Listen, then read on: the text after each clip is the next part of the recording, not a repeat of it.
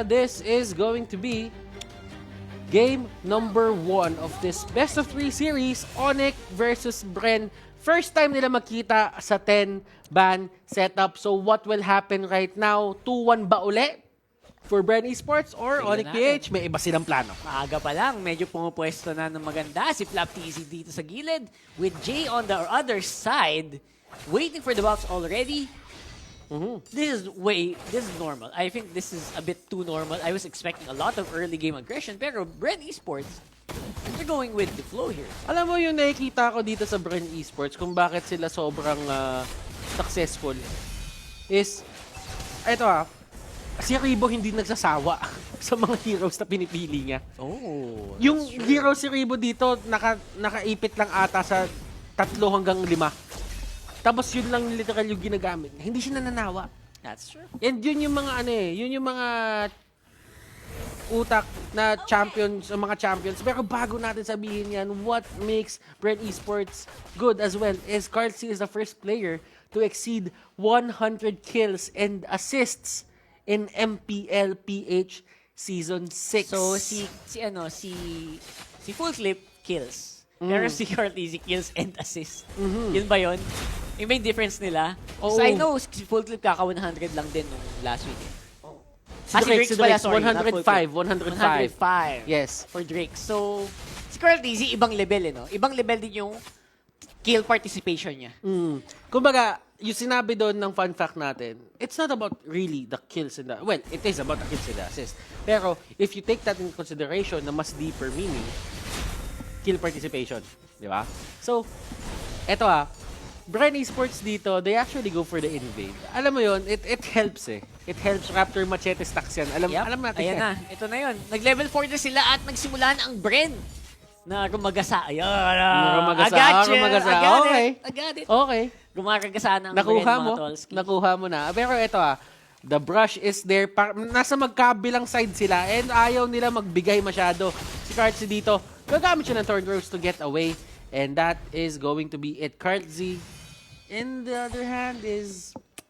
Alam mo yun, this is the normal pacing na ginagawa ng Bren Esports. Oh, totoo. Onic PH, on the other hand, mahilig sila sa mga ganitong slow-paced na game din Yep. They're starting to look actually Oo. reactive.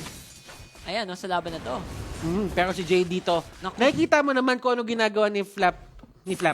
It's more on the idea na kapag ka natanggal niya, na-disarm niya, that's a proper term. Pag na-disarm niya dito si Jay at hindi magamit ni Jay yung skills niya, hindi siya maka-physical attack, Yep. mapapatakbo si Jay, automatic. And grabbing counter yun kung sakali. So hindi niya kaya makipag-1v1 basta-basta. Oh, look at this. Kartzy on the backlines. Basic dito, napagamit ng shadow kill. Let's see kung ano pa mangyayari dito. Ribo onto the side as well. He wants to help. Pero Jay, kinagat siya dito nung aso. And that will be the end of the fight. And Onic PH actually getting 1 kill out of that. Few will be the first blood of the game. Yep. And di ganun kalaki ang difference natin ngayon. Bren Esports though will have map control. Kasi nasa baba pa rin si Dealer, hindi pa rin makasal sa laban. Jay fighting in the middle. Turtle flicker out! And he actually flickers in dun sa may trap. Not that it matters, pero still, this is going to be very important.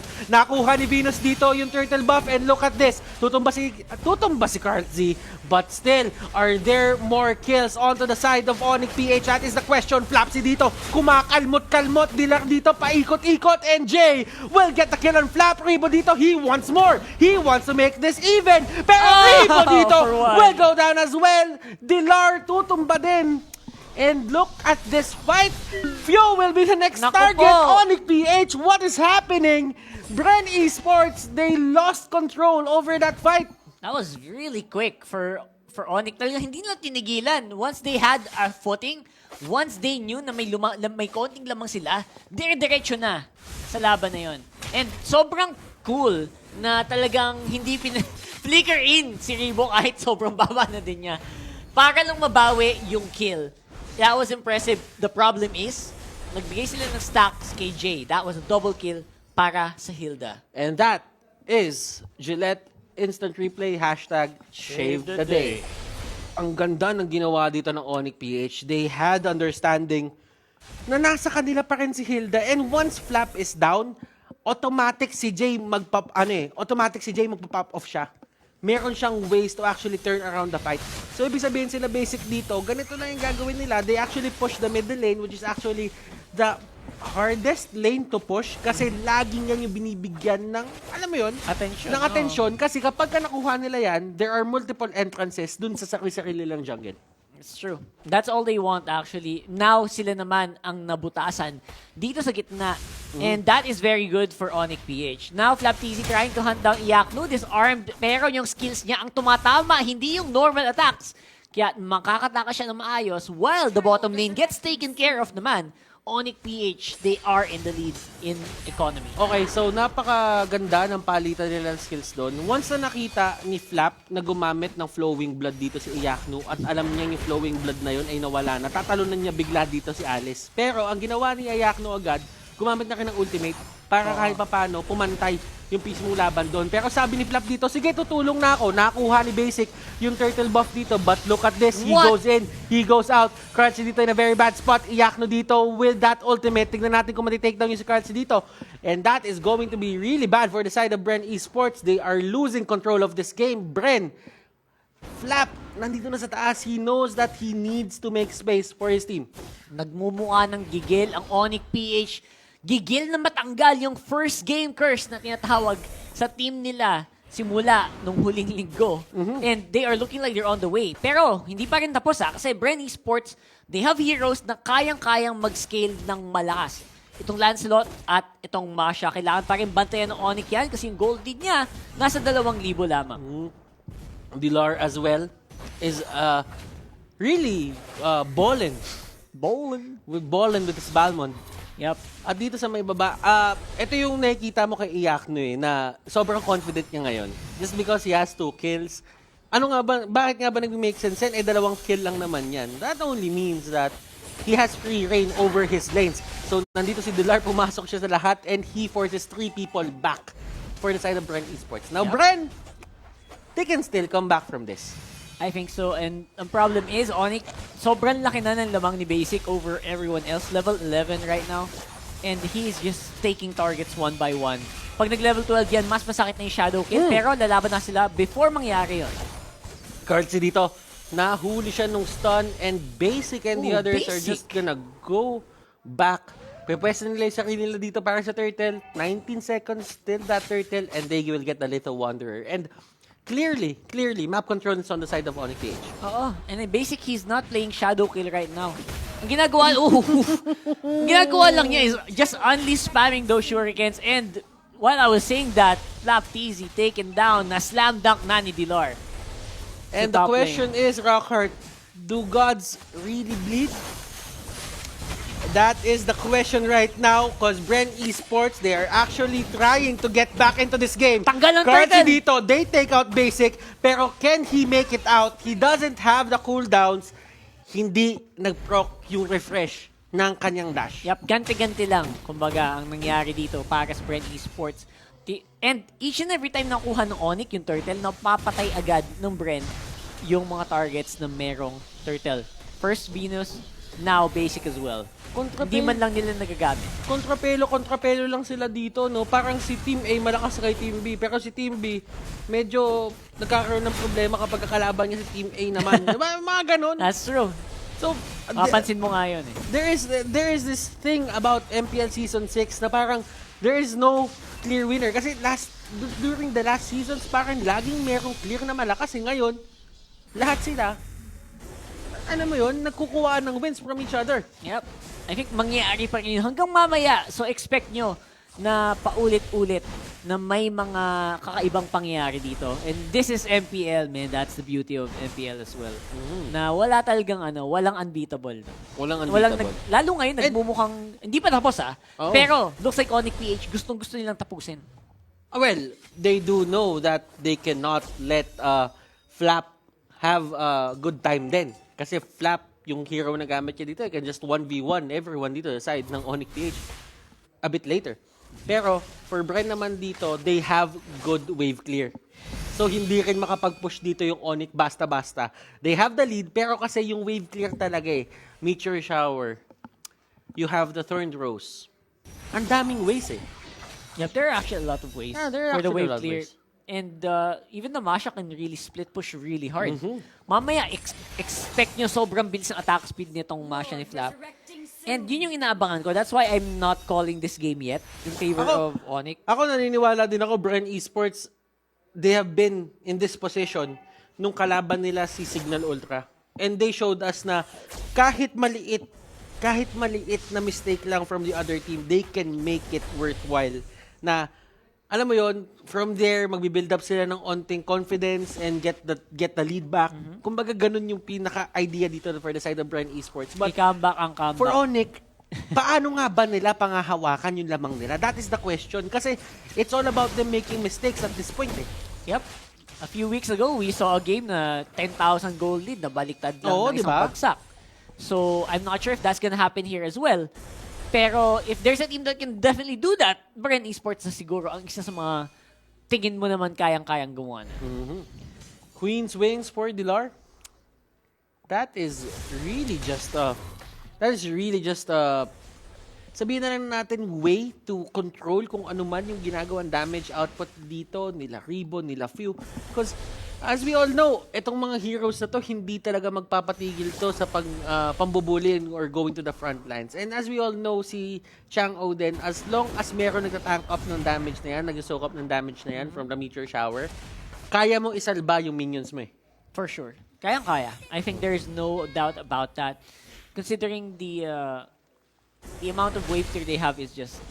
Yung cooldown din ng skills eh. Sobrang baba din eh. So, looking at the gold right now, kung papansinin mo, hindi gaano ang nagkakalayo eh. Onic PH, clearly they do have a certain bit of map control against Bren Esports. An advantage, if you will. Yep. 7-11 ang score natin dito. Pero yung gold lead, hindi mo nalalayo. Hindi napapansin. Yep. 2K at 12 minutes, hindi siya ganun kalaki. Alam din ni Bren Esports kung paano gagalaw sa mga ganitong panahon. So, this is really tricky for the side of Onic PH. Right now, they're in the lead. Pero kasi, one mistake can just put Bren Esports back into the lead. Yep. Onic PH, on the other hand, they're playing this right. Inahayaan nila si Iyaknu mag-stack kahit papano. And nakapwesto sila dito sa Lord area. Yep. They need to be super consistent dito. Especially right now where they're having a hard time in actually closing out games. Pansin mo, ang tagal nang walang kills ng Onic. And I think they might experience the first one now. Looks like hindi na sila basta-basta makakill. And I think hirap pa to lalo habang tumatagal So, nila. nakikita mo kung paano sila gumagalaw in terms of peeling etong mga heroes dito sa side ng Onic PH. Si Jadon, kung wala siyang flicker, that could have been a kill. And that could have been the opening na hinahanap ng Bren Esports. So, you still have to respect yung lineup ng Bren Esports dito, all in all. I think so. I think the line of Bren Esports is something that can dominate in the mid-game as well. Malakas yung mid-game power nila kasi, especially pag hindi sila na totally pushed out. Pansin mo, puro second tower buhay pa sa Bren. So, kaya pa nilang patagalin to for sure kung gustuhin nila. And sabi mo kanina, only wave clear para sa blue side. That is also happening on the other side, syempre. Pero kasi yung mobility, no? Yung mobility din ng Yung iba mobility din yung din ng nabibigay Onic, ng grabe. ibang mobility na bibigay ng Rafaela. Problema sa late game, hindi din siya ganun kasolid. So, di lang dito kumuha na ng blade armor. Pang sure na. Ayaw niya makalmot eh. Pag ayaw mo makalmot, blade armor. Oo, kasi masakit yun. Oo, kalmutin mo yung may eto lang mga Tenek. As long as hindi nawa 1v1 ni Flap dito yung mga heroes sa side ng They're fine. Onic PH, Yeah. okay lang sila.